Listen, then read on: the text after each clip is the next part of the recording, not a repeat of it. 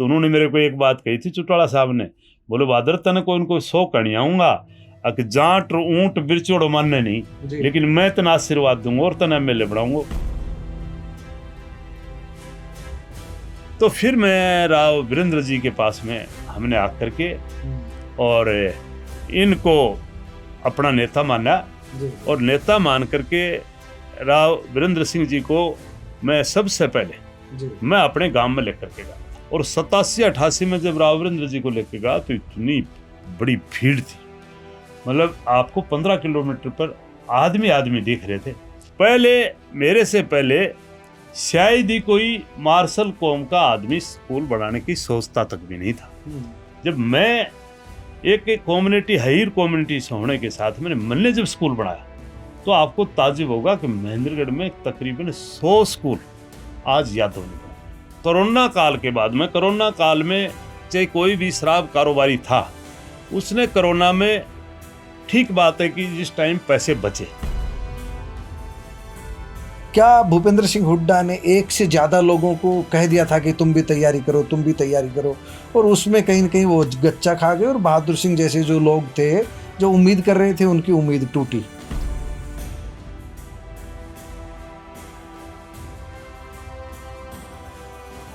जब मैं अपने आप में सेल्समैन था तो शायद मैंने कहीं न कहीं मेरे मालिकों के साथ में छोटा मोटा कहीं न कहीं बेईमानी कर दी होगी, लेकिन जब से मैं पार्टनर मिला और मैंने 5,000 रुपये दिए, 5 पैसे मेरे को पार्टनरशिप मिली, उसके बाद में मैंने एक ही धारणा बनाई, अब हमें 5 पैसे नहीं, ये 100 पैसे हमारे, और 100 पैसे को अपना मान करके और हमने बड़ी ईमानदारी से काम किया। और ये बीजेपी 14 में आने के बाद में जिस प्रकार की ईमानदारी से बिना खर्ची बिना पर्ची के नौकरियां दी, उसमें आपको ताजुब होना चाहिए कि 37% बच्चे आपके जिला महेंद्रगढ़ के, जिसको हीरवाल कहते हैं, इस प्रकार से आपकी बार हमने आपके हुड्डा साहब को और मैं ये कहूँ कि मेरा प्रतिबंधी दान सिंह को हमने झटका देना था पूरे हीरवाल में। देख लो सारा तमाशा बदल कर रख दिया।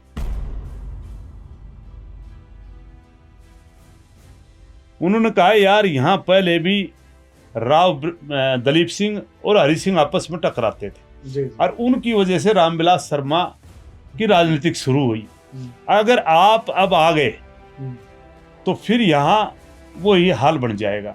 इसमें कोई दो राय नहीं कि राव इंद्रजीत की वजह से कुछ परसेंटेज वोट आए हैं, बीजेपी को फायदा मिला है, क्योंकि अभय सिंह की इस बात को मैं नकार नहीं सकता। अभय सिंह में काम करने की बड़ी क्षमता है। जिस प्रकार से मेरी अपनी कॉन्स्टिट्यूएंसी उसको उसने जिस प्रकार से पानी से सींचने का काम किया, मैं उनका धन्यवाद करता हूँ।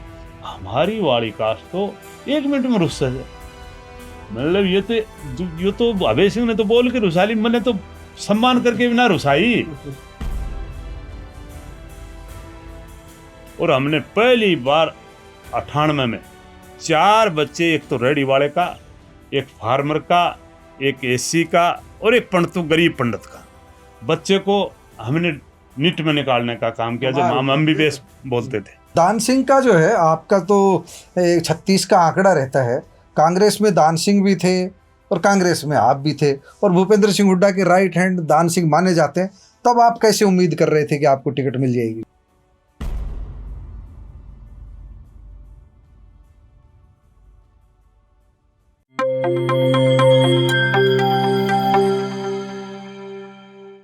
प्यारे दोस्तों, सादर अभिवादन। मैं हूं महेश कुमार वैद्य और आप देख रहे हैं एनजेपी हरियाणा। दोस्तों, आज पॉडकास्ट में हमने साक्षात्कार के लिए खास मेहमान को चुना है, राव बहादुर सिंह जी। सबके जाने पहचाने, सभी जानते हैं, और हमने नेता से ज़्यादा एक हमने उस शख्स के रूप में चुना है जिन्होंने युवाओं के लिए एक प्रेरणा का मार्ग प्रशस्त किया है। इसलिए किया है क्योंकि एक लंबी सूची है यदुवंशी शिक्षण संस्थानों की। 16 स्कूल, यदुवंशी नाम से 16 इनके स्कूल चल रहे हैं और सारी शिक्षण संस्थाओं की बात करें जिनमें बीएड भी है, जेबीटी भी है, दूसरे भी हैं, वो 44 शिक्षण संस्थाएं यदुवंशी ग्रुप की ओर से चलाई जा रही है। और जल्दी एक यूनिवर्सिटी भी जो है वो अस्तित्व में आ रही है, राव बहादुर सिंह यूनिवर्सिटी के नाम से।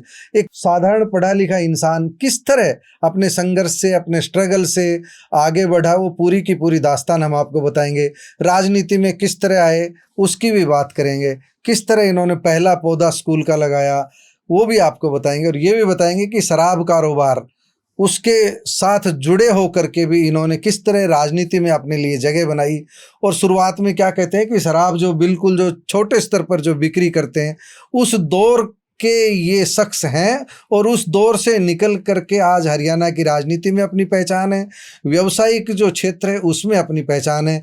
आज इनसे विभिन्न विषयों पर बात करेंगे। सबसे पहले तो राव बहादुर सिंह जी, आपका स्वागत है हमारे स्टूडियो में। तो मैं आपका, महेश जी, दिल की गहराई से मैं आपका धन्यवाद करता हूँ जो आज आपने मुझे बुला करके और जो सम्मान दिया, इस बात का मैं तहे दिल से आपका और आपकी एनजेपी हरियाणा का धन्यवाद करता हूँ कि आपने आज बुलाया। आपका बहुत बहुत धन्यवाद।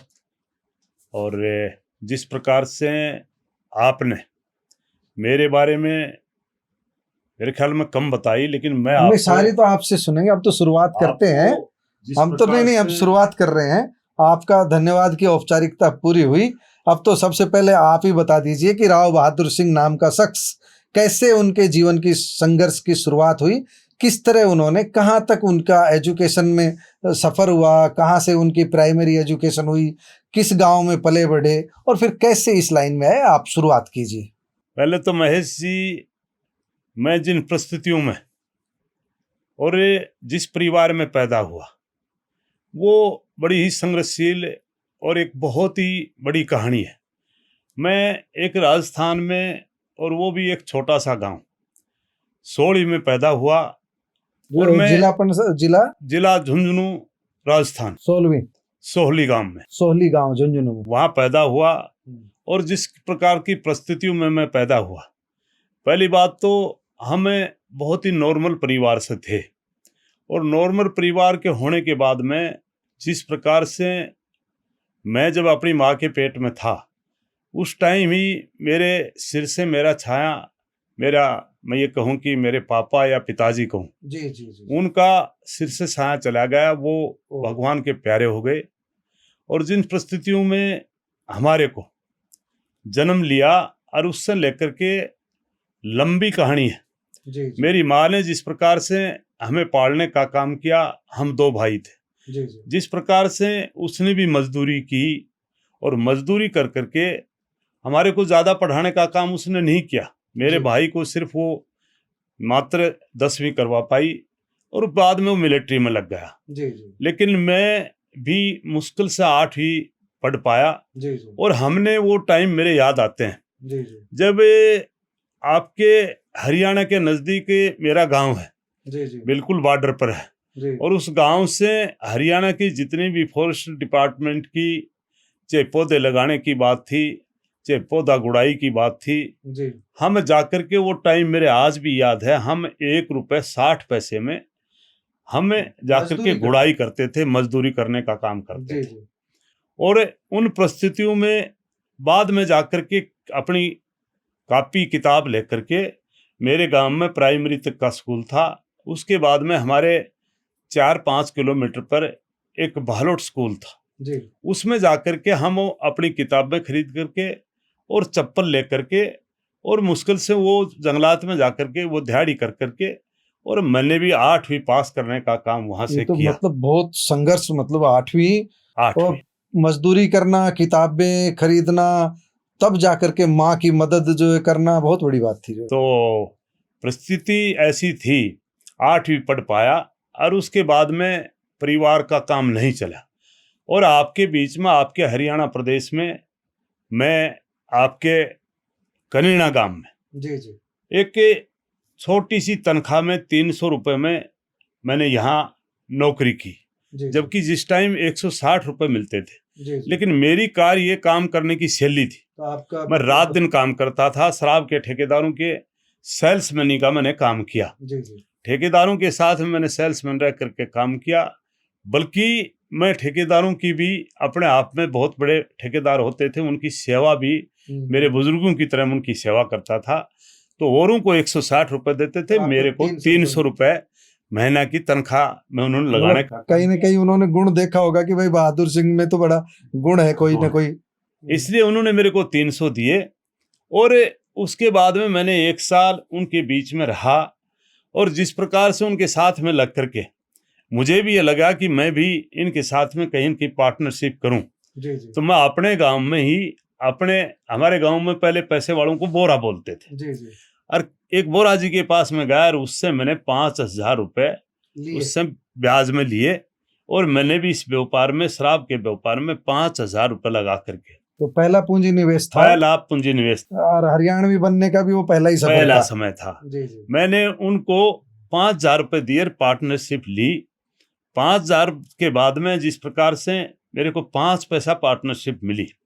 और मैं आपको एक बात बताना चाहता हूँ, शायद मैंने, जब मैं अपने आप में सेल्समैन था, तो शायद मैंने कहीं न कहीं मेरे मालिकों के साथ में छोटा मोटा कहीं न कहीं बेईमानी कर दी होगी। लेकिन जब से मैं पार्टनर मिला और मैंने 5,000 रुपये दिए, 5 पैसे मेरे को पार्टनरशिप मिली, उसके बाद में मैंने एक ही धारणा बनाई, हमें 5 पैसे नहीं, ये 100 पैसे हमारे हैं, और 100 पैसे को अपना मान करके, और हमने बड़ी ईमानदारी से काम किया, वो पूरी और ईमानदारी से काम करने के बाद में जिस प्रकार से आपको एक अगली साल और लोग साथ मिले, उन ठेकेदारों ने तो हमें बड़ी पार्टनरशिप नहीं दी, उनसे हम दूर हट गए, और हमने अपनी एक नई कंपनी बना करके नए साथी जोड़ कर, तो बहुत 2-3 साल में ऐसा कर लिया आपने? बस 2-3 साल में। मैं आपको बताऊंगा, मैं अगली साल जब हमने और साथी मिलाए, हमने फिर अगली साल कनेडा का ठेका लिया, हमने 20 पैसे पार्टनरशिप ली, और 20 पैसे लेने के बाद में हमने धीरे धीरे और साथी बनाए। उसके बाद में हम 80 के दशक में 77-78 में कनेडा में रहे, 79-80 में कनेडा में रहे, और 80-81 में हमने महेंद्रगढ़ में जाकर के राव बंसी सिंह, जो राव नरेंद्र सिंह आपके यहाँ कैबिनेट मंत्री भी रहे, राव बंसी सिंह भी मंत्री रहा था, वो एक बहुत बड़ा शराब का ठेकेदार होता था, उसका वहाँ बड़ा भारी दबदबा था, उनकी अपनी कंपनी थी, और हमने उसी महेंद्रगढ़ शहर में जाकर, तो आप नए खिलाड़ी, हम नए खिलाड़ी थे, हमने बोली लगाई, और भगवान की मर्जी थी।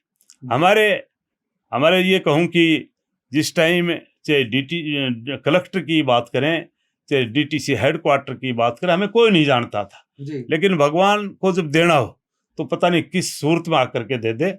मैंने अपनी बोली शुरुआत की जब मुश्किल से, आजकल तो करोड़ों की बात करते हैं, जब लाखों की बात थी, तो मैंने महेंद्रगढ़ पर पहली बोली लगानी चालू की 5 लाख से 5.5, 5.25, और 6 बोलने के बाद में वो उनका अपना डीटीसी हेडक्वार्टर, उनका अपना चेता था, क्योंकि पुराने ठेकेदारों को चाहता था।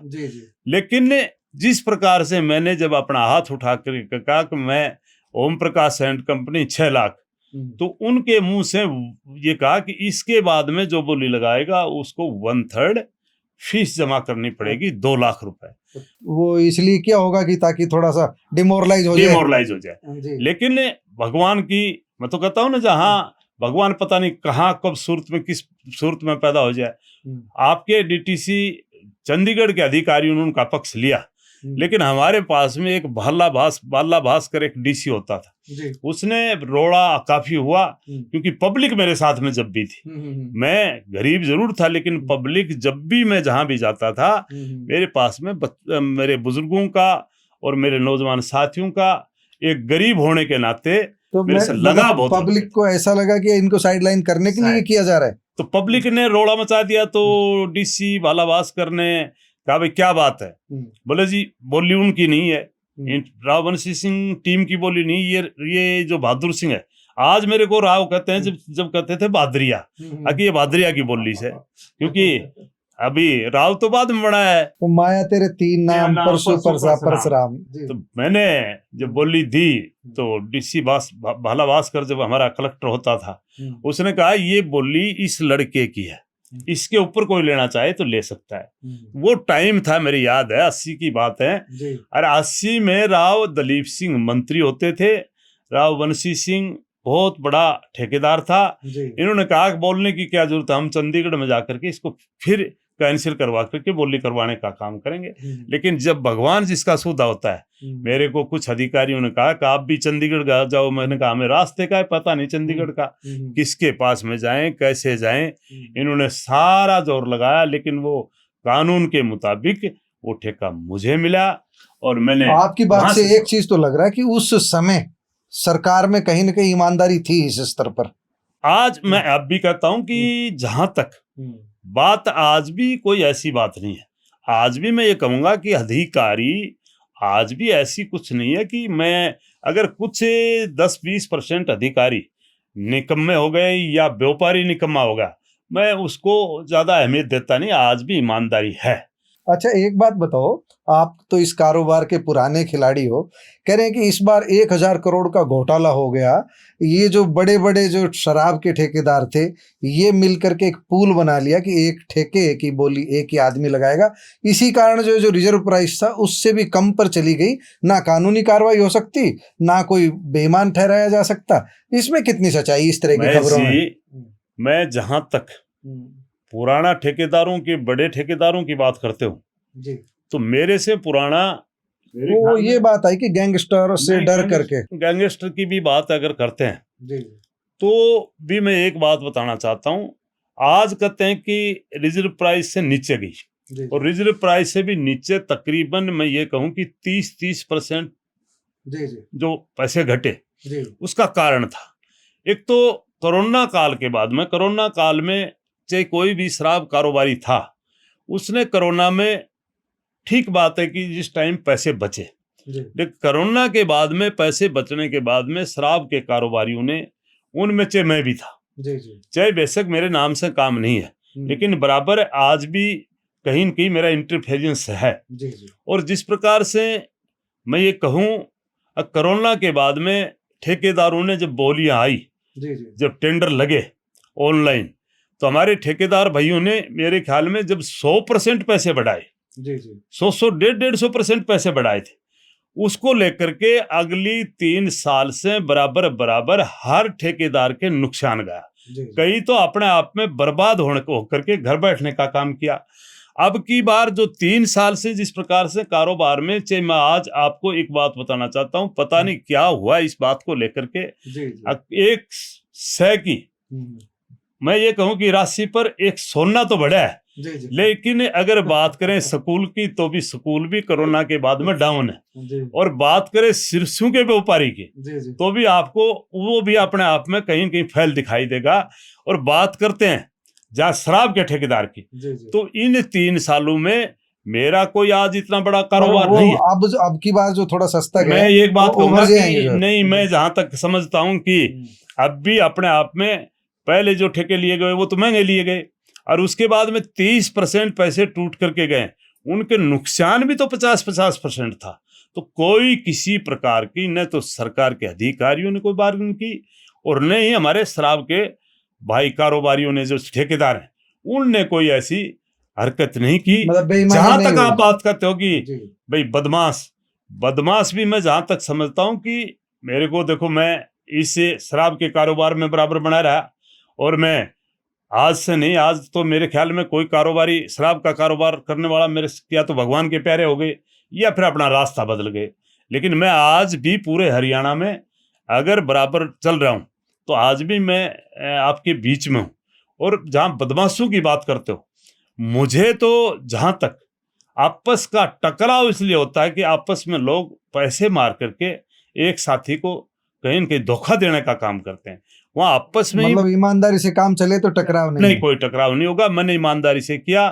आज भी आपके बीच में मैंने ये कहूं कि 77 से लेकर के आज 48 साल इस शराब के कारोबार में हूं। मैं आपके बीच में एमएलए भी बन करके रहा। मैंने राजनीतिक की शुरुआत 2004 में की। उन बातों पर तो आएंगे, पहले आपकी ये शराब का चैप्टर। तो शराब में मैं ये कहता हूं कि किसी प्रकार की न तो बेचारे किसी अधिकारी की गलती है, और नहीं कोई शराब के कारोबारियों की गलती है। बड़ा नुकसान गया है, उसकी वजह से अगर ये 25, 30 या 10% पैसे घट करके गए तो कोई बुरी बात नहीं। मैं जहां तक समझता हूं, अगली बार भी जी जी आज हमारे ठेकेदार हैं, इन भाइयों को अगली बार भी नुकसान उठाना पड़ेगा, क्योंकि अब भी ठेके महंगे हैं, अब भी ठेके महंगे लेकर के इन्होंने चलाए हैं, तो भी ये फायदा उठाने का काम अब भी नहीं करेंगे। तो ये बिल्कुल निराधार गलत है।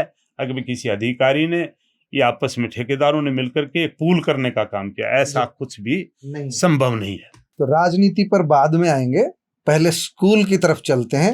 एक शराब कारोबारी के मन में कैसे आया, राव बहादुर सिंह के मन में कैसे आया कि अब मुझे स्कूल खोलना चाहिए? पहली बात तो महेश जी, मैं अपने आप में बड़ा परेशान था, क्योंकि जिस महेंद्रगढ़ को काला पानी कहते थे, कौन से सन की बात है ये भी बताते चलना आप। मैं आपको बताऊंगा।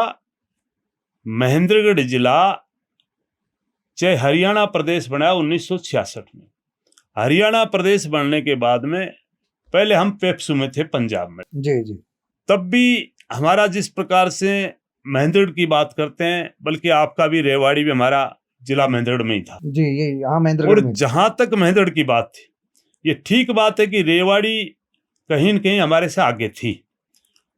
आप 1995 से पहले रेवाड़ी का नक्शा और था, और महेंद्रगढ़ का जिला का आज जो महेंद्रगढ़ जिला है जी जी इसका अलग नक्शा था। जी जी और जिस प्रकार से मैं आपके बीच में, मैंने कहा ना, मैं आपके बीच में कारोबार करने आया, और जहां तक मैंने महसूस की, मैंने अपने आप में भगवान ने आपको साथ दिया, व्यापार में आप बढ़े, और आप बढ़ने के बाद में बहुत 80 से लेकर के और हमने 90 तक जी जी 10 साल में जिस प्रकार की बुजुर्गों का आशीर्वाद मिला और आप जैसे बुद्धिजीवियों का साथ मिला, हमने शराब के कारोबार में पैसे कमाए।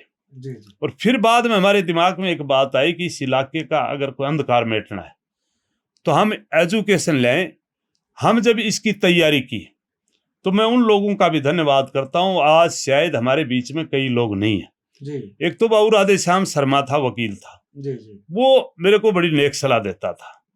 और एक बहादुर सिंह तिवाड़ी था, एक जनरल मास्टर था, जी और मेरे अपने आज भी मेरे साथ में राजेंद्र जी मेरे अपने डायरेक्टर थे, आज भी डायरेक्टर हैं, जब भी डायरेक्टर थे। जी जी विजय सिंह था, काफी लोग, मैं ये कहूं कि हमारे वेद प्रकाश लेक्चरर था, जी वीर सिंह जी था, बोलो काफी लोगों ने जब मैंने बुलाया कि भाई मैं इस काम को अंजाम देना चाहता हूं, लेकिन मेरी एजुकेशन सिर्फ 8 है। जी जी मैं एजुकेशन में मैं आपको ये भी बताना चाहता हूँ, मैं 8 भी करता था तो भी 1-2 क्लास तो मैंने 2 साल में पूरा करने का काम किया था। मेरे पास में एजुकेशन नाम की कोई चीज नहीं थी। ठीक है ठीक है। लेकिन जब मैंने इसकी तैयारी की तो लोगों ने मुझे मोटिवेट किया। कुछ लोगों ने ये भी कहा कि कोई शराब के ठेके थोड़ी है, मार कूट के चला लेगा, ये तो स्कूल है, इनको कैसे चलाएगा ये अनपढ़ आदमी। लेकिन होश था, जुनून था, हमने व्यवहारिक ज्ञान बहुत ज्यादा हो गया था। हमने आपके बीच में 1994 में इसकी आपस में सलाह की और हमने 1994 में इस स्कूल की शुरुआत की। ये जमीन खरीदी वहाँ, जमीन पहले खरीद ली थी। जमीन में मैं रह रहा था, मैं जमीन में वही रह रहा था। ये जमीन भी आपके बीच में मैंने 87 में ली थी, ये सिर्फ 1 लाख रुपए की ली थी। अच्छा अच्छा, मतलब बहुत पहले व्यवस्था हो गई थी। पहले में मेरा मकान भी बना, यही करवाना था आपके हाथों, स्कूल खुलना। तो ये जब ये बात आई तो ये लोग मेरे को मोटिवेट किया। हमने 1994 में हमने इसकी शुरुआत की और 1995 में हमने 1995 14 जनवरी मकर संक्रांति के दिन इसकी शुरुआत की। और जिस प्रकार से आप लोगों का सहयोग मिला, कमाल है। जिसको काला पानी कहते थे, बोलो कहते थे डीसी का बेटा डीसी बने, एसपी का बेटा एसपी बने, डॉक्टर का बेटा डॉक्टर बने, और कहीं जनरल कर्नल का बेटा लेफ्टिनेंट बने, और कहीं बड़िया ब्राह्मणों का बेटा सीए बने। लेकिन हमने सारे रिकॉर्ड ध्वस्त कर करके सब वहां सब निकलने हमने लगे। 95 में सबसे पहले जब हमने शुरुआत की 1995 से लेकर के 98 में हमने पहले 8वीं तक खोला, +2 खोल करके, और हमने पहली बार 98 में 4 बच्चे, एक तो रेडी वाले का, एक फार्मर का, एक एसी का और एक पंडित, गरीब पंडित का बच्चे को हमने निट में निकालने का काम किया, जब हम MBBS बोलते थे। लोगों ने बड़ी मजाक उड़ाई। लोगों ने कहा बेटा ने कमाल कर दिया, बहादुर सिंह तो शराब का ठेकेदार था, कहीं न कहीं सेटिंग कर करके ये बच्चे निकालने का काम किया, निकल नहीं सकते। बोला ऐसा हो ही नहीं सकता। संदेह किया, फिर भी संदेह किया। और बीतते बीतते आपके बीच में 11 महीने बीतने के बाद में जिस प्रकार से हमने फिर हौसले के साथ मेहनत की कि जब आदमी जब कहीं आगे बढ़ता है ना तो हौसले बढ़ जाते हैं। जी जी। हमारे टीचर का हौसला बढ़ा, हमारे मैनेजमेंट का, चाहे राजेंद्र जी था, विजय सिंह जी था, हमारे बल्कि एक आंध्रा का प्रिंसिपल था, सब लोगों के हौसले बढ़े। और हमने अगली साल और मेहनत की तो हमारे 12 बच्चे निकले। कमाल कर दिया। 12 बच्चे 98 99 में 12 निकले, लोगों की जबान बंद। और लोगों की जबान पे बात आएगी कि वास्तव में मेहनत हो रही है। तो फिर स्ट्रेंथ बढ़नी शुरू हो गई। स्ट्रेंथ एकदम इतनी भारी स्ट्रेंथ बढ़ी। आपके बीच में फिर बच्चे तो टॉप 10 जो आपकी सोनीपत की तरफ जाते थे या दिल्ली की तरफ जाते थे, वो उल्टा मुंडा हमारे महेंद्रगढ़ की तरफ मोड़ लिया। इतने में धीरे धीरे जब ये बात देखी कि यार एक राव बहादुर सिंह, राव तो अब बना हो, लेकिन एक बहादुर बिना पढ़े लिखे आदमी स्कूल चला सके, तो पढ़े लिखे लोगों ने अन्य स्कूल भी बढ़ाए, इस तरफ आना शुरू हुआ। इस तरफ आए। और फिर उनके आने से मैं ये कहूं कि हमें और हौसला मिला। तो दक्षिण हरियाणा की पूरी बेल्ट में एक स्ट्रेंथ पैदा हो गई एजुकेशन के प्रति। वो फिर, और आपको कमाल की बात, एक नई बात, पहले मेरे से पहले शायद ही कोई मार्शल कौम का आदमी स्कूल बढ़ाने की सोचता तक भी नहीं था। जब मैं एक कम्युनिटी, हईर कम्युनिटी से होने के साथ मैंने जब स्कूल बनाया, तो आपको ताजुब होगा कि महेंद्रगढ़ में तकरीबन 100 स्कूल आज यादव ने बनाए।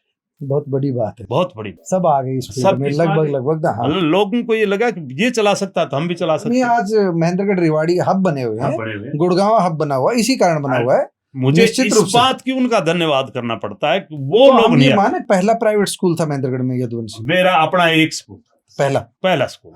अब ये हम देखो आपके बढ़ते बढ़ते स्कूलों की संख्या हमने बताई थी, एक बार आप बताएं कितने स्कूल हैं और कितनी संस्थाएं और किन किन राज्यों में है इस समय, वो आप बता दीजिए। देखो, एक तो आपके बीच में मेरे वैसे तो 44 44 संस्थाएं आपकी हैं, जिनमें आपके पास में डिग्री कॉलेज भी है और 45वीं आपकी यूनिवर्सिटी भी जल्दी बन जाएगी। वो यूनिवर्सिटी कहाँ बना रहे हैं? वो मेरे अपने, जहाँ मेरी जन्म स्थली है राजस्थान में, मेरा गांव सोड़ी है, तो सोली में ही बना रहे हैं, राव बहादुर सिंह के नाम से, राव बहादुर सिंह यूनिवर्सिटी वहां बना रहे हैं। और आपके बीच में 16 तो आपके सीबीएसई के स्कूल हैं। और बाकी जो बची, वो चाहे बीएड की बात करें, चाहे जेबीटी की बात करें, और चाहे आप सीपीएड बीपीएड की बात करें, डिग्री कॉलेज की बात करें, इंजीनियरिंग कॉलेजों की बात करें, चाहे आपके बीए बीएड इंटीग्रिटी की बात करें, हमने 44 तकरीबन आपके बीच में संस्थान चलाने का काम किया। तो खास करके राजस्थान की बात करते हैं तो वहाँ हमारे 2 स्कूल हैं, वहाँ बीएड भी कॉलेज भी हैं और एसटीसी भी हैं, और वहाँ पॉलिटेक्निकल भी है, आईटीआई भी है, और एक बुहाना में। ज्यादा रेवाड़ी महेंद्रगढ़ आपके हरियाणा में ज्यादा है। हरियाणा में चाहे बात करें आप महेंद्रगढ़ की बात करें, चाहे नारनौल की बात करें, और जहां से मेरे को लोगों ने एमएलए बनाया था नांगल चौधरी में, वहां भी मैंने स्कूल बना करके देने का काम किया। चाहे आपकी यहाँ थनवास में नांगल चौधरी बनाया, फिर आपके कोसड़ी में बनाने का काम किया, रेवाड़ी में बनाया, आपके गुड़गांव में 3 स्कूल बनाने का काम किया, एक 33 में, एक 82 में, एक 92 में। और इसी प्रकार से हम लोगों की मांग के अनुसार हमने सतनाली में बनाने का काम किया, दादरी डिस्ट्रिक्ट में बनाने का काम किया, भिवानी में बनाने का काम किया, पूरी चैन बनाते चले गए। और हिसार में आपकी हांसी में बनाने का काम किया, और जींद सबसे पीछे एजुकेशन में 20 साल वहां भी जाकर के हमने डंका गाड़ने का काम किया।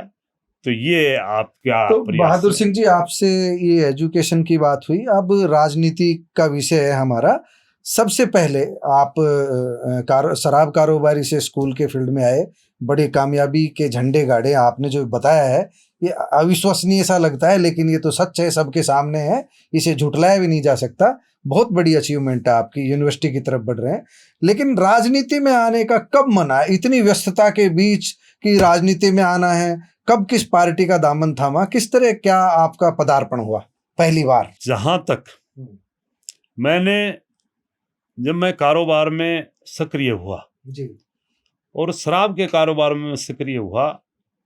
तो पहले दामन मैंने अपने आप में अपने कर्नल राम सिंह जी होते थे जी, और वो आपकी पार्लियामेंट कॉन्स्टिट्यूंसी मैं ये महेंद्रगढ़ कहूँ होगी। कि महेंद्रगढ़ और रेवाड़ी गुड़गांव होता। हाँ, वहां तक थी वो जो। हाँ और उस टाइम हमें कर्नल साहब का साथ देने का काम किया जी, और वो अपने आप में MP भी बढ़े। जी जी क्योंकि आज जो RPS नाम लेते हैं, जी इसका मालिक जो बाबू ओम प्रकाश था, जी जी वो हमारा बहुत सीनियर साथी था, जी जी राजनीतिक में भी हमारे से सीनियर था, पढ़ा लिखा भी था। जी जी लेकिन कारोबार में चलो बंजार, वो बाद में राजनीतिक में मैं आगे आ गया, वो पीछे रह गया। जी जी लेकिन उस साथी ने इस राजनीतिक में लाने का काम किया और उसकी वजह से हम कर्नल साहब भी कहीं न कहीं इनके बुजुर्ग कनीना से जी जी पैदाइश थी और वो कनीना का था।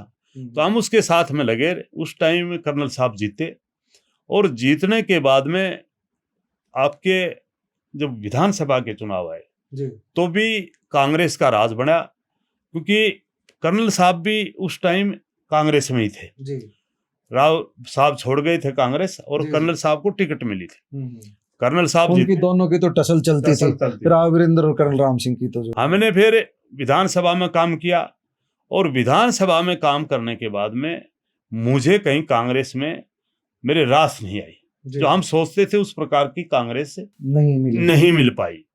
तो हमने अपने आप में कर्नल साहब से भी कई बार हमने मिल करके अपनी शिकायतें की, लेकिन वो समाधान नहीं कर पाए। उसके बाद में हमने जब राजनीति के एक बार कहीं न कहीं चास पड़ जाए, हाँ, तो फिर मैं राव वीरेंद्र जी के पास में हमने आकर के और इनको अपना नेता माना जी, और नेता मान करके राव वीरेंद्र सिंह जी को मैं सबसे पहले जी मैं अपने गांव में लेकर के गया था। मेरे राजस्थान? हाँ, राजस्थान। जी जी मेरे गांव में मैंने अपने पिताजी के ऊपर कहूँ या दादाजी के ऊपर कहूँ, पिताजी पे तो इसलिए नहीं कह सकता एक दर्शक ये जानने के जिज्ञासु, ये दर्शक ये जरूर जानना चाहते होंगे कि अब राव बहादुर सिंह हरियाणवी तो हो गई कई सालों से, अब हरियाणवी में जब हरियाणा में रह रहे हैं तो परमानेंट ठिकाना घर कहाँ पर है अब? आज ठिकाना, जहाँ तक के परमानेंट ठिकाना तो भाई ठिकाना तो वहाँ होता है महेश जी जहाँ घराड़ी रहे। जी तो वो तो से मेरा महेंद्रगढ़ जी और मेरो से मेरे ख्याल में मेरी या फॉर्चूनर गाड़ी से घुमंतु, यो मेरे ठिकानों ये से मेरे जाके कितना सो जाऊं, कभी रेवाड़ी सो जाऊं तो कभी महेंद्रगढ़, कभी अब आप राव वीरेंद्र से शुरू। अब राव साहब को मैं अपने गांव में लेकर के गया और राव साहब जिस टाइम में पार्लियामेंट का चुनाव हारे थे, मैं उनको लेकर के गया। उन्होंने मैंने उनको चीफ गेस्ट बनाया, मेरी अर्जी को स्वीकार की और मैं जब उनको गांव में लेकर के गया तो लोगों का प्यार पता नहीं मेरे जन्म से ही कितना था। मेरे पिताजी का प्यार नहीं था, बाकी तो पब्लिक का प्यार बहुत था। मैंने जब राव वीरेंद्र को वहां लेकर के गया और राव वीरेंद्र जी को जब मैं लेकर के गया तो राव वीरेंद्र भी आज वो तो स्वर्ग में है और आज हम नरक में बैठे हैं। लेकिन राव वीरेंद्र जी भी मेरे ख्याल में इतनी बड़ी भीड़, हरध्यान सिंह हमारा चेलावास का गाने वाला होता था। अच्छा, बहुत जबरदस्त भीड़। हमने 15 किलोमीटर पर, आज तो गाड़ियां घोड़े इतने हो गए, लेकिन जिस टाइम मैं राव वीरेंद्र जी को लेकर के गया वो बात कोई लंबी नहीं, वो 87-88 की बात। और 87-88 में जब राव वीरेंद्र जी को लेकर गया तो इतनी बड़ी भीड़ थी, मतलब आपको 15 किलोमीटर पर आदमी दिख रहे थे। जब राव वीरेंद्र को लेके गए वहां बड़ा भव्य स्वागत हम राव वीरेंद्र जी का किया।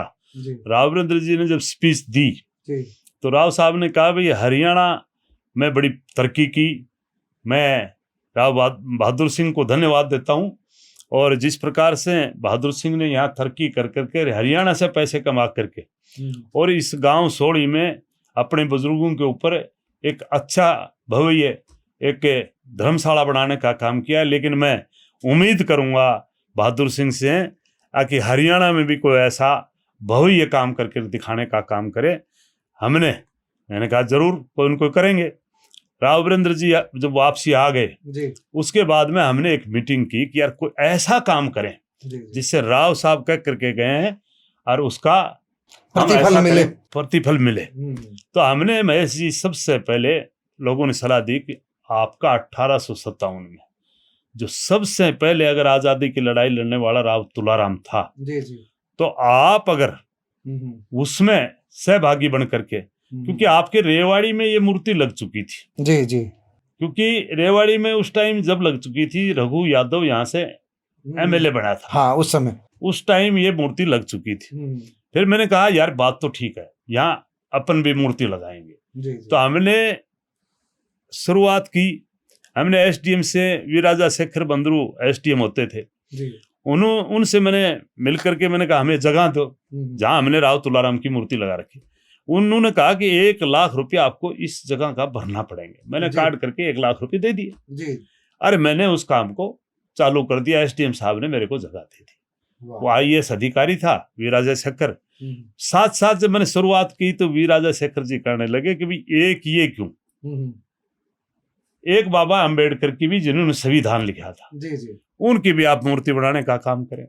तो हमने महेश जी ये तो हमने अष्ट धातु की बनवाई राव तुलाराम वाली, और वो हमने आपके बीच में जो पीओपी से बनता है जी जी, वो बनवा करके और वो तैयार करवाई। जी जी, और हमने जब इसकी शुरुआत की तो मेरे एक दिमाग में आई कि 1 लाख रुपए से लगाएगा तो राव तुलाराम का भी सम्मान नहीं और लोग अच्छी नजर से नहीं देखेंगे। जी। मैंने गांव में जाकर के चाहे किसी ने 5 रुपये दिए, चाहे 5100 दिया, चाहे 500 दिया, मैंने लोगों से पैसे लिए जी, और तकरीबन भावनाएं जोड़ने के लिए जी, जी। मैंने 5-5.5 लाख रुपया इकट्ठा किया जी। 5.5 लाख रुपया इकट्ठा कर करके 3.5 लाख रुपए मेरे पास से लगे जी, जी। हमने 8 लाख में ये अष्ट धातु की मूर्ति है जी, जी। तलवार के साथ में अष्ट धातु की मूर्ति 8 लाख में बनवा करके, और हमने जब इसकी शुरुआत की, हम इसकी शुरुआत करेंगे तो हमने राव वीरेंद्र को कह करके मुलायम सिंह को चीफ गेस्ट बनाया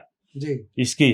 मुलायम सिंह तब क्या थे उस समय? मुलायम सिंह जी जब मुख्यमंत्री नहीं थे, समाजवादी पार्टी के लीडर थे, अध्यक्ष थे। उनको बुलाया जी। राव वीरेंद्र जी आए और वहां से हमने लोगों का पैसा लेना देना मूर्ति के लिए चालू किया, और फिर हमने मूर्ति राव वीरेंद्र जी ने हमने मिलकर के मूर्ति बनवाई, और बनने के बाद में हमने इस स्टेचू को लगवाने का काम किया। स्टेचू लगाने के बाद में हमने, जब मेरे ख्याल में तपासी जी गवर्नर होते थे, उनका टाइम लिया और उनसे इसका उद्घाटन करवाया। उसके बाद में आपका स्कूल का बाद में स्कूल, जब हम स्कूल की तरफ चले गए तो लोगों ने जिस प्रकार का बाद में स्कूलों की तरफ में गया, मैं शायद शराब का कारोबारी रहता तो शायद मेरे को कोई एमएलए नहीं बनाता। आज तो स्कूल वालों को लोग देखते हैं दूसरी शक्ल में, क्योंकि इसमें भी कोई दो राय नहीं, जो ना कुछ था वो अच्छी अच्छी बिल्डिंगें बना ली, पैसे आए हैं, लेकिन उन लोगों की आज भी भूल है जो बाहर पैसे देते थे वो अपनों को दिए हैं, और उनकी वजह से आज हमारी यहाँ एजुकेशन की बहुत बड़ी लाइन बनी थे, उनको देते थे, दूसरी जगह जाते थे। लेकिन आज जिस प्रकार से देखते हैं इस नजर से 1995 में और बीच में जो 4 में मैंने चुनाव लड़ा, उस टाइम इस नजर से देखते थे मुझे शिक्षा का भगवान मान करके।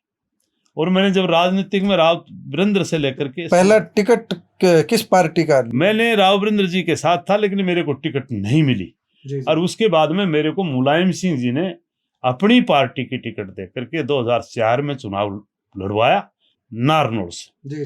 और 4 में जब हमने 4 और 5 में वो चुनाव लड़ा तो मैं आपको, कमाल की बात है, मैं भी नहीं सोचता था कि तेरे इतने वोट आ जाएंगे। मैंने चुनाव लड़ा, चुनाव सिर्फ नेता बनने के लिए, मेरे दिमाग में नहीं थी कि तू भी इतना वोट ले जाएगा। और जिस प्रकार से लोगों का, चाहे वो कहीं भी किसी भी 36 बिरादरी का जहां भी बैठा था, बोला अरे एक शिक्षा का भगवान आ रहा है, और वोट दे दो। मेरे को वोट दिए। कमाल की बात है, लोगों ने मेरे को सिर्फ मैं 2700 वोट, जहां कांग्रेस का और बीजेपी का बहुत बड़ा डंका बजता था, वहां मैं 2700 वोट से पीछे रह गया। राधे श्याम जी, हमारे शर्मा जी, हमारे वो भी अधिकारी होते थे डीटीसी, वो उस टाइम जीते थे। और मैं 2005 में 2700 वोट से पीछे रह गया। तो वो चुनाव जो जीतने वाला पहला था वो फिर उसके बाद में मेरी माननीय ओम प्रकाश चौटाला जी से 2009 में शायद, उसके बीच में भी मैं राजनीतिक में चौटाला साहब के साथ में रहा, लेकिन किन्हीं बातों को लेकर के आपस में मनमुटाव हो गया था। तो मैं चौटाला साहब ने मेरे को पार्टी से निकाल दिया था। मैं पार्टी से निकला नहीं। जी जी। थोड़ी सी मेरे से किसी जिला प्रमुख के ऊपर आपस में बात हो गई थी, मेरे को पार्टी से निकाल दिया था। और चौटाला साहब ने जब 2005 में चुनाव लड़ा, जी, मुख्यमंत्री उससे पहले चौटाला साहब थे जी। और जब चुनाव लड़ा तो ओम प्रकाश चौटाला के सिर्फ 9 एमएलए जीत पाए थे, जो 10 तो होते तो अपोजिशन का बन जाता। फिर बाद में माननीय ओम प्रकाश चौटाला जी ने थोड़ी सी फील की कि मैं बहादुर सिंह को अगर अपना बेटा मान करके आशीर्वाद दे देता तो शायद जीत जाता, लेकिन 10 हो जाते। और फिर उसके बाद में जिस प्रकार से माननीय चौटाला साहब, मैं मुलायम सिंह जी के भी जाता रहा, लेकिन साहब अब ये कहते हैं ना किसी के पास में अगर वो जितनी कोई चिट्ठी आती जब तो उठा भी लेता। कई बार मैंने टाइम लेने का मौका लिया, लेकिन मुलायम सिंह भी ज़्यादा टाइम मेरे को दे नहीं पाए। इसलिए मैंने कोई तकरीबन 1 साल के बाद में माननीय चौटाला साहब किसी प्रोग्राम में गए थे, वहाँ नारनौल में पहले तो अपने आप में पहले ही कहीं के अपाज थे और फिर गिर करके कहीं कुछ फ्रैक्चर हो गई थी, तो ये अमेरिका गए थे। मैंने इनसे टेलीफोन कर लिया कि चौटाला साहब कैसा आपका तबीयत है, तो उन्होंने कहा, क्योंकि मेरे को पहले ठेकेदार कहते थे, ठेकेदार तू कैसा है? मैं कहा जी बिल्कुल बढ़िया। क्योंकि मेरी जो कोठी बनाई थी, सबसे पहली कोठी बनाई थी, मैं आपको ये भी बताना चाहता हूँ महेश जी, मैंने जब कोठी बनाई तो हरियाणा प्रदेश में सबसे, मैंने कह दिया था कि हरियाणा प्रदेश में जिसकी भी तगड़ी कोठी उससे तगड़ी कोठी बनाओ, वो बनाओ। 2000 में बनाई थी और उसका उद्घाटन भी माननीय चौटाला साहब ने किया था। जी जी। फिर उन्होंने, मैंने टेलीफोन पर बात की तो उन्होंने बोला ठेकेदार क्या हाल से? मैं जी बिल्कुल बढ़िया। तो बोले मैं अमेरिका से आऊंगा ना तो पहली तेरी कोठी पाऊंगा। तो साहब वो कोठी पाएगा। हमने पार्टी ज्वाइन कर ली और उनको भी पार्टी ज्वाइन करके और उनको भी अपने गांव सोड़ी लेकर के गए थे, वहाँ स्कूल बनाया था, उसका उद्घाटन उनसे करवाया था।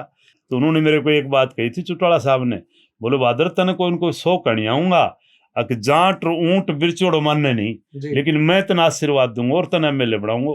देखा आज वो स्वर्ग में सर, मैं नरक में हूँ। बनाया मेरे को एमएलए बना के चौटाला साहब ने विधानसभा में भेजा 2009 में और 2009 का चुनाव के बाद में पार्लियामेंट का चुनाव होगा। माननीय चौटाला साहब उस टाइम किन परिस्थितियों में, जिस प्रकार से जेबीटी घोटाला में अंदर चले गए थे, अजय सिंह जी भी चला गया था, हमारे और भी कई अधिकारी गए थे उनकी वजह से। और जिस टाइम जब 14 का चुनाव पार्लियामेंट का आया, जहां मोदी जी की आंधी बह रही थी, उस टाइम मेरे को उन्होंने टिकट भिवानी और महेंद्रगढ़ नई पार्लियामेंट्री कॉन्स्टिट्यूंसी बनी थी। बहुत तगड़े वोट लिए थे आप। मैंने उस टाइम में जब चुनाव आए, वो तो पता नहीं इन लोगों ने, पहले तो महेंद्रगढ़ के लोग मुझे, मैं ये कहूँ कि शिक्षा का भगवान मान करके मेरे को एमएलए बनाया, 2 चुनाव जिताया। लेकिन पता नहीं उस टाइम मेरा से बड़ा भगत मोदी जी आएगा। और जिस टाइम धर्मवीर जी को मोदी जी ने टिकट दी, मेरे को चौटाला साहब ने दी और सुरती चौधरी को कांग्रेस ने देने का काम किया। जबरदस्त मुकाबला हुआ और जहां मेरे को वोट नहीं मिलने चाहिए थे वहां तो वोट भिवानी से तो मैं जीत के आया, और जहां मुझे वोट मिलने चाहिए थे वहां। लेकिन अगर इन लोगों को अंदाजा होता, इधर वालों को, कि बहादुर सिंह को उधर इतने वोट मिल रहे हैं, तो शायद बाजी पलट जाती। इसमें कोई दो राय नहीं। ये अपने आप में एक बात सोच गए कि भाई बहादुर सिंह के वोट नहीं आएंगे। तो ये हमारी राजनीतिक रही। उसके बाद में हम 14 का चुनाव हारने के बाद में हमने कहा अब हम चुनाव नहीं लड़ेंगे। हम अपने आप में राजनीतिक से कहीं पीछे हट गए थे। और उसके बाद में 19 में जब चुनाव आया, 19 में माननीय हुड्डा साहब ने भूपेंद्र सिंह हुड्डा ने मेरे को बुला करके आशीर्वाद देने का काम किया। अगर बहादुर सिंह आप काम करो, हम आपको एक दिन जरूर चुनाव। एक मेरा सवाल यहाँ ये है, लोग कहते हैं, तो आपको ज्यादा पता होगा क्योंकि आप भूपेंद्र सिंह हुड्डा के काफी नजदीक रहे, आपका स्ट्रगल चल रहा था कि किसी तरह टिकट मिल जाए। क्या भूपेंद्र सिंह हुड्डा ने एक से ज्यादा लोगों को कह दिया था कि तुम भी तैयारी करो, और उसमें कहीं ना कहीं वो गच्चा खा गए और बहादुर सिंह जैसे जो लोग थे जो उम्मीद कर रहे थे उनकी उम्मीद टूटी? इसमें कोई दो राय नहीं। जब हम 19 में आए, 19 में जब आए, 14 में चाहे सेंटर की सरकार थी चाहे हरियाणा प्रदेश की सरकार थी, और जिस प्रकार से इस बीजेपी ने काम किया, मैं सबसे बड़ी बात इस बीजेपी का इसलिए धन्यवाद करता हूं बीजेपी ने जिस प्रकार से हमने इस इलाके को एजुकेशन दी, और एजुकेशन देने के बाद में महेश जी कहीं न कहीं हमारे बच्चे वंचित रहते थे। और ये बीजेपी 14 में आने के बाद में जिस प्रकार की ईमानदारी से बिना खर्ची बिना पर्ची के नौकरियां दी, उसमें आपको ताज्जुब होना चाहिए कि 37% बच्चे आपके जिला मेंदड़ के, जिसको हीरवाल कहते हैं, उसके बच्चे हर जगह। बिल्कुल सही बात। ग्रुप डी और सी में पहली बार ऐसा लगा था कि पारदर्शिता आई है। सर वो इस इसमें नहीं, यूपीएससी की बात करता है। अब ताजा आपको बताता हूँ, आज से 66 दिन पहले एक रिजल्ट आया था यूपीएससी का। पहली की बात तो मैं आपको बताऊंगा कितना हमने नंबर 1 पर इस देश की, चाहे नीट की बात करो, हमारी बाछौद की लड़की थी, वो पहले देश में नंबर 1 पाई। 5वां नंबर पर हमारा प्रथम बच्चा था, वो यूपीएससी में आया। मतलब हमने रिकॉर्ड तोड़ कामयाबी, आज मैं 27 बच्चे तो यूपीएससी में दे चुका।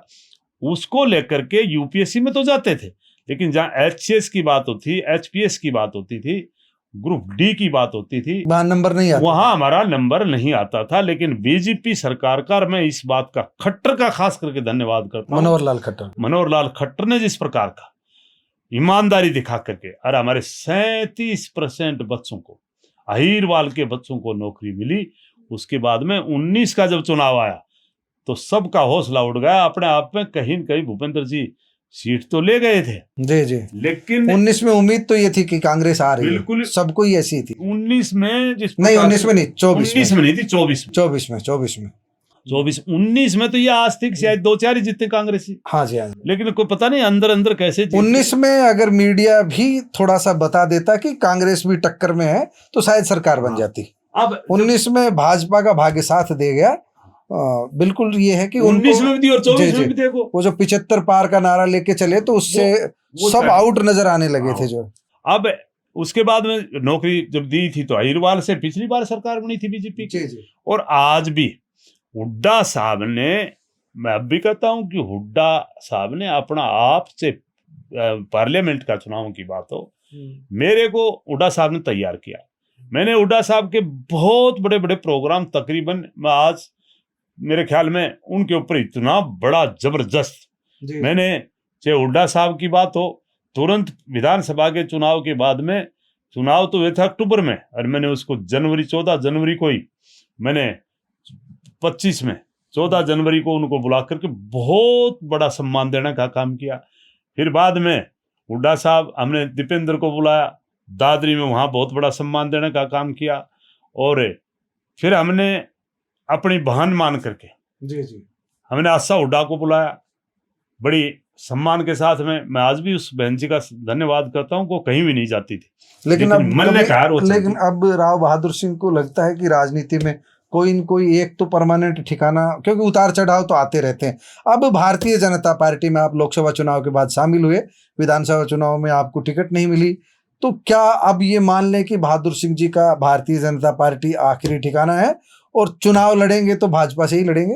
पहली बात तो ये है कि क्योंकि एक पार्टी की पॉलिसी है, मैं 71 का हो लिया और 75 के बाद में बीजेपी ने टिकट देने से पहले मना कर रखा है। और मैं अपने आप में भी एक बात सोचता हूं कि भाई राजनीतिक में हम बीजेपी के साथ में रहेंगे, लेकिन चुनाव की हमारी कोई ऐसी नीयत नहीं कि हम चुनाव लड़ें, क्योंकि एक उम्र का भी एक लगाव होता है। और उस उम्र में अब लड़ें, कोई हमारे बच्चे लड़ें या कोई और साथी के बच्चे लड़ें, उनका सहयोग करेंगे। जिस प्रकार से अब की बार हमने आपके हुड्डा साहब को और मैं ये कहूँ कि मेरा प्रतिद्वंदी दान सिंह को हमने झटका देना था, पूरे अहीरवाल में देख लो सारा तमाशा बदल कर रख दिया। हाँ, दान सिंह का जो है आपका तो 36 का आंकड़ा रहता है। कांग्रेस में दान सिंह भी थे और कांग्रेस में आप भी थे, और भूपेंद्र सिंह हुड्डा के राइट हैंड दान सिंह माने जाते हैं। तब आप कैसे उम्मीद कर रहे थे कि आपको टिकट मिल जाएगी? मुझे जहां तक दान सिंह की बात है, मैं अब भी आपको एक बात बताना चाहता हूं, दान सिंह ना 4 पर बढ़ता ना 5 पर बढ़ता, सिर्फ महेश जी वो मेरे अंदर से कुछ भी आप, मैं आज तो मैं समझता हूँ, मैं मेरे कहीं कहीं दिमाग का आज दिमाग के मैं ये कहूँ कि ताड़ी लगा करके खोलने का काम लोगों ने किया है। मेरे अंदर एक बहुत बड़ी कास्ट इज्जत थी, मेरे अंदर बहुत बड़ी कास्टिज्म थी। मैंने पहला चुनाव महेंद्रगढ़ से लड़ना था जी जी क्योंकि महेंद्रगढ़ मेरी अपनी कर्म स्थली है जी जी, और मैं ये कहूं कि जन्म स्थली भी है। गलती हुई आपसे। लेकिन मैं जब महेंद्रगढ़ की तैयारी की तो कुछ लोगों ने, बात तो उनकी भी ठीक थी, वो अच्छे लोग थे, उन्होंने कहा यार यहाँ पहले भी दलीप सिंह और हरि सिंह आपस में टकराते थे जी, और उनकी वजह से रामविलास शर्मा की राजनीतिक शुरू हुई। अगर आप अब आ गए तो फिर यहाँ वही हाल बन जाएगा। मैं उनकी बातों में आकर के मैं आप भी कहता हूँ, जिस टाइम मेरे अंदर कास्टिज्म थी, मैंने कहा यार इस बात अब नहीं, अब 36 बिरादरी की तो बात मैं कर रहे 36 बिरादरी। जी जी मैंने रामविलास जी को ना आगे आने के लिए मैंने अपना मन बना करके मैंने कहा चुनाव तो लड़ेंगे। हमने जाकर के कोई चुनाव लड़ने के लिए नहीं, हम सिर्फ चुनाव, मैंने कहा एक बार मैदान में कूद करके देखेंगे। हमने नारनौल लड़ा, वहां से मैंने बताया ना 2700 वोट से हार गया। मैं दान सिंह को मैं आज भी कहता हूं, न कल बन सकता न पीछे बनता।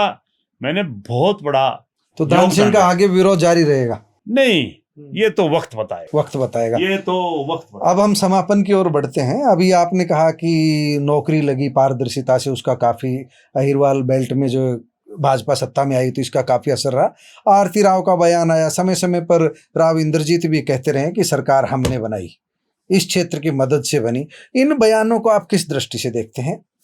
देखो, जहां तक के मैं इसको नेगलेक्ट नहीं कर सकता जी, क्योंकि जय मैं महेश जी एक बात आपको बताना चाहता हूं, क्योंकि एक लोगों का लगाव है जी। देखो, हरियाणा प्रदेश 66 में बना, उससे लेकर के पहले भी राव परिवार का, राव तुलाराम जी की वजह से जी जी इनका अपना दबदबा रहा है, लोगों ने भी इनको माना है जी। लेकिन अगर एक्चुअल में अगर आप जाकर के देखोगे तो मैं आपको इस बात को भी इनकार नहीं कर सकता कि आज भी लोगों का लगाव है। इसमें कोई दो राय नहीं कि राव इंद्रजीत की वजह से कुछ परसेंटेज वोट आए हैं, बीजेपी को फायदा मिला है।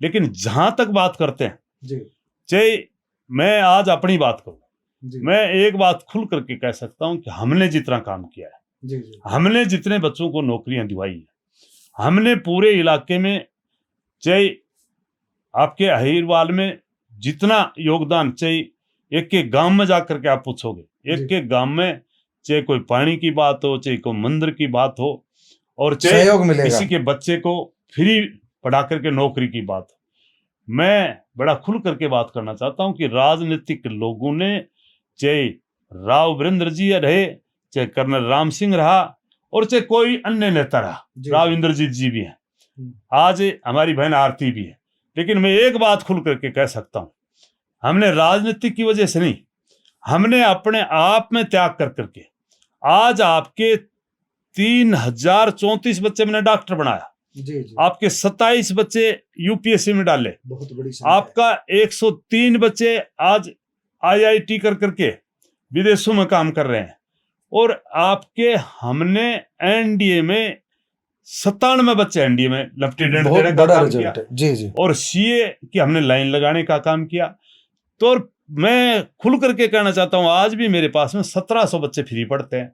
जितना योगदान हमने दिया है, अगर योगदान की बात करें तो हमने दिया, और वोट की बात करें तो इसमें भी कोई दो राय नहीं, राव इंद्रजीत परिवार का प्रभावित है लोग। एक बात समझ में नहीं आती, नांगल चौधरी को लेकर के राव नरवीर ने एक जनसभा की थी, उसमें कहा कि एक सीट सेफ लगती बस नांगल चौधरी। अहिरवाल की 11 सीटों में से 4 गुरुग्राम की, 4 गुरुग्राम की, 4 महेंद्रगढ़ की और 3 रेवाड़ी जिले की। इन 11 सीटों में से एक नांगल चौधरी ही बीजेपी हारती है, जबकि वहां ये बताया गया कि डॉक्टर अभय सिंह के रूप में एक काबिल वहां पर विधायक है, इरिगेशन मिनिस्ट्री भी उनके पास रही राज्य मंत्री के रूप में। पानी की भी बातें आई कि पानी जो है वो नहरों में काफ़ी जो है वो जो बाढ़ का पानी वो डाला गया, फिर भी वो चुनाव हार जाते हैं। उसका क्या कारण है? बाकी जगह 10 सीटें जीतती भाजपा, एक 11वीं सीट हारती है, वो सीट हारती है जिसको सबसे ज्यादा ये बताया जाता है कि सेफ सीट है। बहादुर सिंह जी क्या समीक्षा करेंगे? देखो, जहां तक के अब बात अभय सिंह जी की आएगी, अभय सिंह को भी मैं आपको एक बात बताना चाहता हूं। अभय सिंह जी भी, जब अभय सिंह जी को टिकट बीजेपी ने दी। उस टाइम हमारे साथ था, लोकदल में था अभय सिंह जी। जी जी अभय सिंह जी का सम्मान चौटाला साहब नहीं कर पाए, जी इसी मंजू को टिकट दे दी। तब भी हमने एक बात कही थी, चौटाला साहब बड़ी गलती कर रहे हो, आप टिकट अभय सिंह जी को दो। मैं जब एमएलए में होता था, जी मैंने आपको एक और बताना चाहता हूं, मैंने रिकॉर्ड पहले सबसे पहले मैंने तोड़ने का काम किया था। जी और अभय सिंह जी को जब टिकट मिली तो अभय सिंह जी ने मेरी अपनी पार्लियामेंट में जिस प्रकार का काम किया, क्योंकि लोकदल में ये थे, मदद रिटायर की होकर आपकी के आए जो। थे, हम बहुत बड़ी इमदाद करने का काम किया। जी जी अभय सिंह जी को टिकट मिल गई। मैं आज भी लाइन से हट करके, लोकदल से हट करके मैंने अभय सिंह जी का साथ दिया। चौटाला साहब ने कहा कि आप मंजू का साथ दो।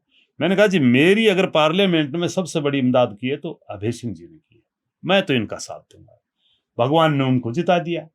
और उसके बाद में दोबारा जब चुनाव 19 में आया तो मैं आपको महेश जी ये भी बताना चाहता हूँ कि मेरे को टिकट कांग्रेस वाले नांगल चौधरी से दे रहे थे, लेकिन मैंने जब भी, क्योंकि अभय सिंह की इस बात को मैं नकार नहीं सकता, जी अभय सिंह में काम करने की बड़ी क्षमता है। जी जी जिस प्रकार से मेरी अपनी कॉन्स्टिट्यूएंसी उसको उसने जिस प्रकार से पानी से सींचने का काम किया, जी मैं उनका धन्यवाद करता हूं। मेरे को टिकट दे रहे थे, मैंने कहा मैं अभय सिंह को हराने के लिए नहीं, मैं खुद जीतने के लिए चुनाव लड़ूं। तो अभय सिंह जी का हमने वहीं कांग्रेस की टिकट को मैंने कहा हम नहीं लेंगे, हमने राजा राम एक लड़का था उसको कांग्रेस ने टिकट दी। जी जी जिस टाइम भी मैं अगर टिकट लेता, मैं ये तो नहीं कह सकता कि शायद मैं जीतता या हारता, लेकिन अभय सिंह, लेकिन आपने दोस्ती निभाई, उनके सामने चुनाव नहीं मैं नहीं, मैं दोस्ती के साथ साथ एक बात करता हूँ, काम का सम्मान, एक काबिल आदमी का काम का सम्मान किया। अभय सिंह काबिल है तो और उनके अभय सामने सिंह चुनाव जी नहीं लड़े। में तो थोड़ी सी मैं आज भी करता हूँ काम, अभय सिंह जी ने बहुत करवाए।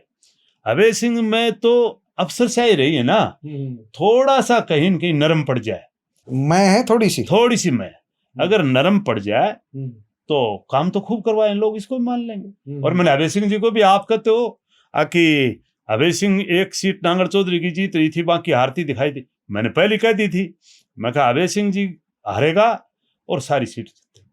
अच्छा, आपकी भविष्यवाणी सही सिद्ध हुई है। मैं गया भी था, अभय सिंह जी ने मुझे बुलाया, मैं गया भी था, लेकिन मैंने पहले ही लोगों की बात, क्योंकि हमारी वाली कास्ट तो 1 मिनट में रुस्से है, मतलब ये तो अभय सिंह ने तो बोल के रुसा ली, मैंने तो सम्मान करके भी ना रुसाई।